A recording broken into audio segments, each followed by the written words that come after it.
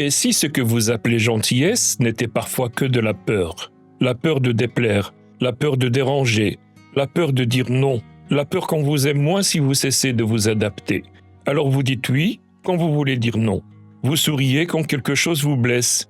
Vous vous taisez pour éviter le conflit. Et vous appelez cela être gentil. Les psychologues ont un nom pour cela. Ils parlent de people pleasing, ce besoin compulsif d'être approuvé, souvent appris très tôt, souvent sans que vous l'ayez choisi. Mais la vraie gentillesse n'efface pas une personne. Elle vient d'un choix libre, pas d'une peur silencieuse. Quand votre bonté devient une stratégie pour rester acceptable, elle cesse peu à peu d'être une force, elle devient une disparition. Et le plus grave, c'est que les autres finissent par apprendre une chose. Vos limites peuvent être franchies, vos besoins peuvent attendre, et votre silence peut être utilisé. La vraie question n'est donc pas « suis-je gentil ?», mais « suis-je authentique ?»